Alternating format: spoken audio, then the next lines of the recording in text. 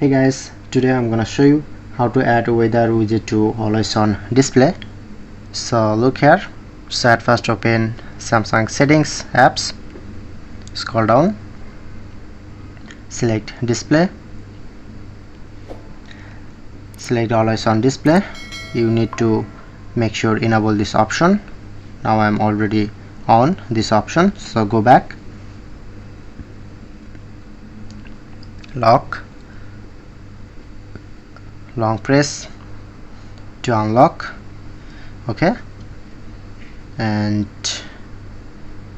click on to widget and select weather, okay,